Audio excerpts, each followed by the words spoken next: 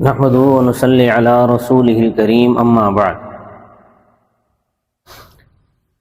حضرت ابوبکر صدیق رضی اللہ تعالیٰ عنہ غار ثور پہنچنے سے پہلے رسول اللہ صلی اللہ علیہ وسلم کی حفاظت کے خیال سے کبھی آگے چلتے تھے، کبھی پیچھے، کبھی دائیں طرف اور کبھی بائیں طرف، اور مقصد یہ تھا کہ اگر کوئی تکلیف پہنچے تو مجھے پہنچ جائے، آپ صلی اللہ علیہ وسلم محفوظ اور صحیح سالم رہے۔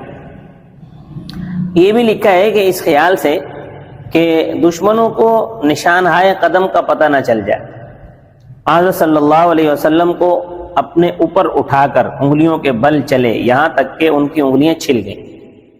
کہ جب غار ثور پہنچے تو عرض کیا رسول اللہ آپ ابھی باہر تشریف رکھیں، میں پہلے اندر داخل ہوتا ہوں، اگر کوئی تکلیف دہ صورتحال پیش آئے تو مجھ پر ہی گزر جائے، آپ محفوظ رہیں۔ اس کے بعد پہلے خود اندر گئے، غار کو صاف کیا، اس میں جو سوراخ تھے اپنا کپڑا پھاڑ کر انہیں بند کرتے رہے، ایک سوراخ رہ گیا جس کا منہ بند کرنے کے لیے کچھ بھی نہ ملا، لہذا انہوں نے اس پر اپنی ایڑی مبارک لگا دی۔ حضرت سرور عالم صلی اللہ علیہ وسلم کو اندر بلایا، آپ صلی اللہ علیہ وسلم اندر تشریف لے گئے، حضرت ابوبکر رضی اللہ عنہ کی گود میں سر مبارک رکھ کر سو گئے۔ تھوڑی دیر بعد حضرت ابوبکر رضی اللہ عنہ کو سوراخ کے اندر سے سانپ نے ڈس لیا، لیکن انہوں نے اس ڈر سے کہ کہیں آپ کی آنکھ نہ کھل جائے سوراخ کے منہ سے نہ تو پاؤں ہٹایا اور نہ ہی ذرا سی حرکت کی۔ تکلیف کی وجہ سے ان کے آنسو بہنے لگے جو رسول اللہ صلی اللہ علیہ وسلم کے چہرہ انور پر گر گئے۔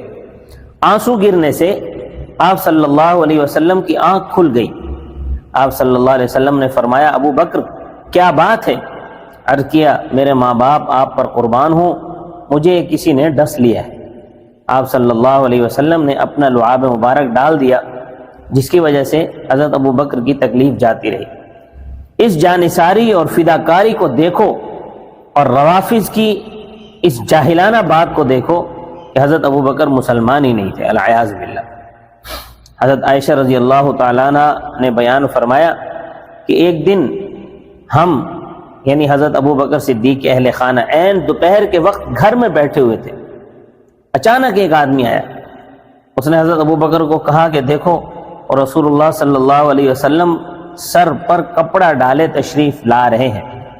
یہ ایسا وقت تھا کہ رسول اللہ صلی اللہ تعالیٰ علیہ وسلم حضرت ابو بکر کے گھر اس وقت تشریف نہیں لایا کرتے تھے، عموماً آپ صلی اللہ علیہ وسلم صبح کے وقت یا شام کے وقت تشریف لے جاتے تھے۔ حضرت ابو بکر رضی اللہ عنہ عرض کیا آپ صلی اللہ علیہ وسلم پر میرے ماں باپ قربان ہو، اس وقت تشریف لانا کسی خاص مقصد کے لیے ہے۔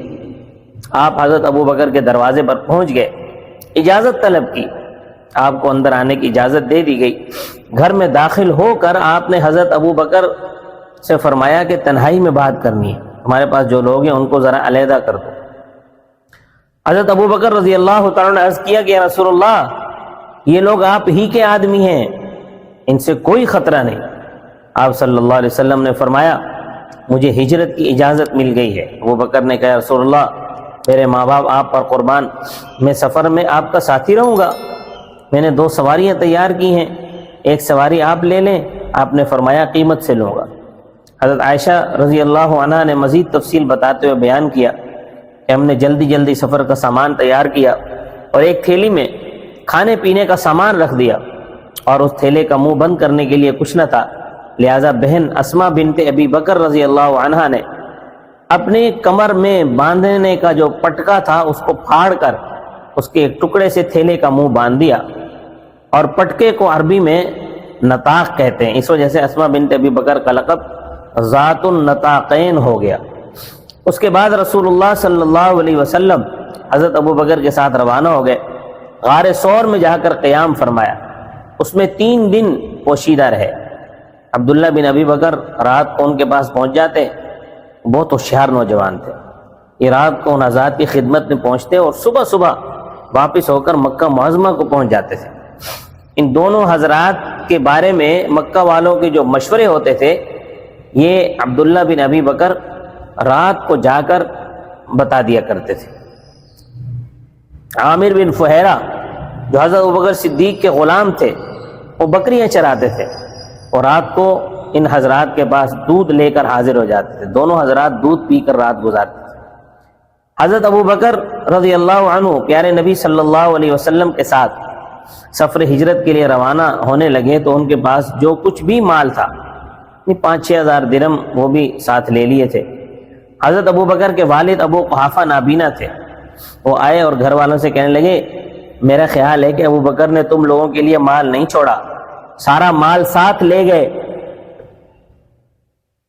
اس سے تم لوگوں کو تکلیف ہوگی. حضرت ابوبکر صدیق رضی اللہ عنہ کی بیٹی حضرت اسماء رضی اللہ عنہا نے کہا کہ ابا جان ایسا نہیں ہے، انہوں نے ہمارے لیے خیر کثیر چھوڑی ہے. مال کثیر نہیں کہا تاکہ بات سچ رہے. وہ فرماتی ہیں کہ میں نے کچھ پتھروں کے ٹکڑے کو ٹھیکرے وہ لیے اور گھر کے اسی گوشے میں رکھ دیے جہاں والد صاحب اپنا مال رکھتے تھے. پھر ان پر ایک کپڑا ڈال دیا اور دادا جان کا ہاتھ پکڑ کر اس پر رکھ دیا اور کہا کہ دیکھیے یہ مال ابا جان نے چھوڑا ہے. اس پر وہ کہنے لگے کہ جب اتنا مال چھوڑ دیا تو کوئی بات نہیں، یہ تمہارے گزارے کے لیے ایک عرصے تک کافی ہے. حضرت اسماء نے بیان کیا ہے کہ چھوڑا تو کچھ بھی نہیں تھا، میں نے دادا جان کی تسکین کے لیے ایسا کہا تھا. حضرت اسماء بنت ابی بکر رضی اللہ عنہا نے یہ بھی بیان فرمایا کہ جب رسول اللہ صلی اللہ علیہ وسلم حضرت ابوبکر کو ساتھ لے کر روانہ ہو گئے تو ہمارے پاس قریش کے چند افراد آئے جن میں ابو جہل بھی تھا. یہ لوگ دروازے پر کھڑے ہو گئے. میں اندر سے نکلی تو سوال کیا کہ تمہارے والد کہاں ہیں؟ میں نے کہا اللہ کی قسم مجھے تو معلوم نہیں. یہ جواب سن کر ابو جہل نے مجھے ایک تماچا مارا جس سے میرے کان کی بالی بھی گر گئی. یہ ابو جہل بڑا خبیث تھا. حضرت ابوبکر رضی اللہ تعالیٰ عنہ نے جو 2 سواریاں تیار کر رکھی تھی وہ دونوں مکہ سے روانگی سے پہلے ایک شخص کے حوالے کر دی جو راستوں کو جاننے والا اور مسافروں کو راہ بتانے والا تھا. اس کا نام تھا عبداللہ بن اریقت. اس سے یہ طے ہو گیا تھا کہ 3 دن کے بعد وہ غار ثور پر دونوں اونٹنیاں لے کر پہنچ جائے. وہ شخص اگرچہ مشرک تھا لیکن پیسوں کے لالچ میں اس نے یہ بات گوارا کر لی تھی کہ مشرکین کو نہیں بتائے گا. 3 دن کے بعد ان دونوں حضرات کے پاس پہنچ جائے گا. جب یہ شخص صبح چوتھے دن غار ثور پر پہنچ گیا تو دونوں حضرات اونٹنیوں پر سوار ہو گئے اور وہ شخص انہیں سمندر کے کنارے مدینے کی طرف لے کر روانہ ہو گیا. حضرت ابوبکر رضی اللہ تعالیٰ عنہ کے غلام عامر بن فہیرہ بھی ساتھ تھے. چلتے چلتے دوسرے دن دوپہر کے وقت دھوپ سخت ہو گئی تو حضرت ابوبکر رضی اللہ تعالیٰ عنہ نے چاہا کہ رسول اللہ صلی اللہ علیہ وسلم سایہ میں آرام فرما لیں. چاروں طرف نظر ڈالی، ایک چٹان کے نیچے سایہ نظر آیا. سواری سے اتر کر زمین جھاڑی، پھر اپنی چادر بچھا دی. حضرت صلی اللہ علیہ وسلم نے آرام فرمایا تو تلاش میں نکلے کہ کہیں کچھ کھانے کو مل جائے تو لے جائیں. پاس ایک چرواہا بکریاں چرا رہا تھا. اس سے کہا کہ ایک بکری کا تن گرد و غبار سے صاف کر دے. پھر اس کے ہاتھ صاف کرائے، دودھ دھوا یا برتن کے منہ پر کپڑا لپیٹ دیا کہ گرد نہ پڑنے پائے. دودھ لے کر حضرت صلی اللہ علیہ وسلم کے پاس آئے، تھوڑا سا پانی ملا کر پیش کیا. آپ نے پی کر فرمایا کیا ابھی چلنے کا وقت نہیں آیا؟ آفتاب اب ڈھل چکا تھا. اس کے بعد آپ صلی اللہ علیہ وسلم وہاں سے روانہ ہو گئے. قریش مکہ 3 دن تلاش کر کے عاجز تو ہو چکے تھے لیکن پھر بھی انہوں نے اعلان کر رکھا تھا کہ جو شخص ان دونوں حضرات کو قتل کر دے یا قید کر کے لے آئے تو اسے اتنا مال دیں گے. سراقہ بن مالک ایک شخص تھا جو بڑا ہوشیار سمجھا جاتا تھا. اسے ایک شخص نے آ کر بتایا کہ دیکھو میں نے دریا کے کنارے جاتے ہوئے کچھ لوگوں کو دور سے دیکھا ہے. بظاہر یہ محمد رسول اللہ صلی اللہ علیہ وسلم اور ان کے ساتھی. سراقہ نے بیان کیا جو بعد میں مسلمان ہو گئے تھے کہ میرے دل میں کبھی تو یوں آتا تھا کہ یہ وہی حضرات ہوں گے، کبھی آتا تھا کہ نہیں وہ نہیں ہوں گے. اسی طرح سوچ بچار کرتے ہوئے بالآخر میں نے اپنا نیزہ لیا اور اپنے گھوڑے کے پاس پہنچا. گھوڑے پر سوار ہو کر روانہ ہو گیا اور ان حضرات کے قریب تک پہنچ گیا. وہاں پہنچا تو میرا گھوڑا پھسل گیا اور میں نیچے گر گیا. میں نے اپنے تیروں کے ذریعے فال نکالی تو یہ سمجھ میں آیا کہ میں ان حضرات کو نہیں پکڑ سکتا. تام میں پھر بھی گھوڑے پر سوار ہو کر پیچھے پیچھے چلتا رہا، یہاں تک کہ مجھے رسول اللہ صلی اللہ علیہ وسلم کی قرات کی آواز آنے لگی۔ رسول اللہ صلی اللہ علیہ وسلم تو کسی طرف توجہ نہیں فرما رہے تھے، ہاں حضرت ابو بکر ادھر ادھر دیکھتے جاتے تھے۔ ان حضرات کے پیچھے پیچھے چلتے ہوئے یہ ہوا کہ میرے گھوڑے کے سامنے کے دونوں پاؤں گھٹنوں تک زمین میں دھس گئے، چنانچہ میں گھوڑے سے گر گیا۔ کہ گھوڑے کو میں نے جھڑکا، وہ اٹھا تو صحیح، لیکن حال یہ تھا کہ اس کی دونوں ٹانگیں زمین سے بآسانی نہیں نکلی۔ میرا گھوڑا سیدھا کھڑا ہو گیا تو کیا دیکھتا ہوں آسمان پر دھوئیں کی طرح کے بہت زیادہ غبار ہے۔ میں نے پھر فال نکالی تو یہی نکلا کہ یہ کام کرنا میرے بس کا نہیں۔ میں نے سمجھ لیا کہ ان کا پیچھا کرنا اور ان پر قابو پانا میرے بس سے باہر ہے۔ میں نے ان کو آواز دی کہ آپ لوگ ٹھہر جائیں، میری طرف سے امان ہے۔ وہ حضرات ٹھہر گئے۔ میرے دل میں یہ آیا کہ رسول اللہ صلی اللہ علیہ وسلم کا دین ظاہر ہو کر رہے گا۔ میں نے عرض کیا کہ آپ کی قوم نے آپ کو واپس لانے والوں کے لیے دیت یعنی 100 اونٹ دینا طے کیا ہے۔ جو شخص آپ حضرات کو ان تک واپس پہنچا دے وہ اسے بہت سامان دیں گے۔ اور میں نے ساتھ یہ بھی عرض کیا کہ میرے پاس کھانے پینے کی چیزیں ہیں، آپ جو چاہے لے لیں۔ آپ نے نہیں لیا اور صرف اتنا فرمایا کہ تم پوشیدہ رکھنا اور ہماری خبر نہ دینا۔ سراقہ نے عرض کیا کہ میرے لیے کوئی پرچہ لکھ دیجئے جس میں میرے لیے امان ہو اور اس بات کی نشانی ہو کہ میں آپ کے پیچھے لگا تھا اور آپ تک پہنچ گیا تھا۔ آپ نے عامر بن فہیرہ کو حکم دیا، انہوں نے چمڑے کے ٹکڑے پر ایک پرچہ لکھ دیا۔